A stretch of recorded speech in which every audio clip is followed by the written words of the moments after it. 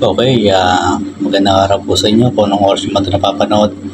At eto, mayroon na raw gagawing aksyon o magpapail na raw ng kaso itong si Bossing Vic Sotto na isang aktor, veterano, komedyante na nabanggit sa trailer na nanggahasa daw di umano kaya Pepsi Paloma doon sa ide-direct ni Daryl Yap, no. Na-discuss po natin yan dito. Ngayon, sino ngayon nandidilim ng paligid? Di ba yun ang biru-biruan dyan sa social media? So, eto, inaalam pa natin, pero palagi ko cyber libel o ikakaso niya. Ang tanong, sinong abogado ang kanyang kukunin? Pinagpanalo ba ng copyright case na versus sa mga halusos do sa Itbulaga? Tandaan nyo ba yung ganong eksidente?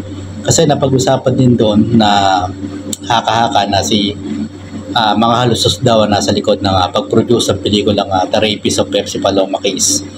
So, tinanggi naman to ni Director Daryl Yap na wala raw kinalaman yung mga halusos. Kasi dun yung sa copyright case nangyari, kaya napagdudaan yung mga halusos na nasa likod ng pag-produce ng pelikulang The Rapist of Pepsi Paloma.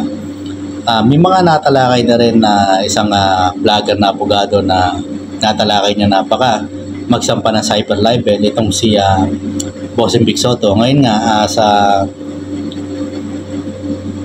social media,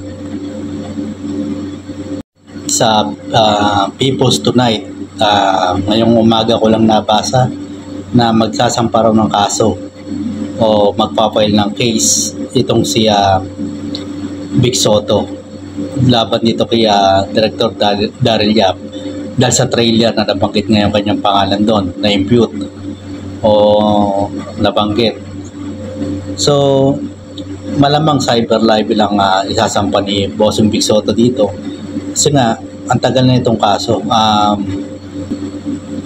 Patay na rin yung biktima, patay na rin si Richie Dorsey, yung accused din doon sa kasong yun. At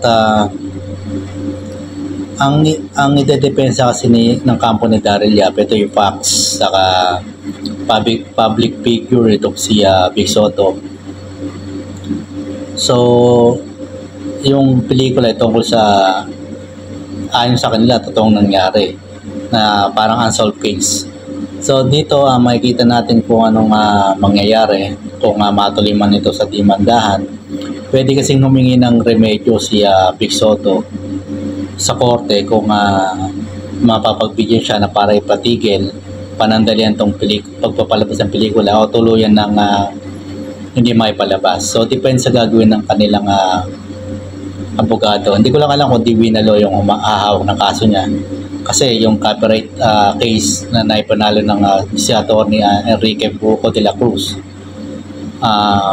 hindi ako nagkakamali, ay yun na naging abogado nila doon sa laban sa mga halusos doon sa copyright case nga ng Itbulaga. Kaya may meron na namang usap-usapan nasa likod, di ba? Kaya napagbintangan ng mga halusos o iniisip nila yung mga halusos na nasa likod nito dahil sa copyright case na nangyari na nanalo ang TVJ sa kasong yun.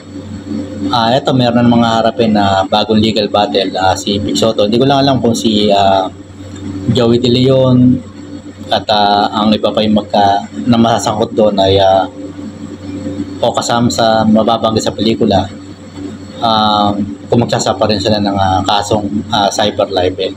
So, abangan po natin itong bagong legal battle ng TVJ at ako ano maging depensa ng kampo ni Director Daryl Yap. So, hanggang dito lang po muna yung vlog. Maraming salamat po ulit.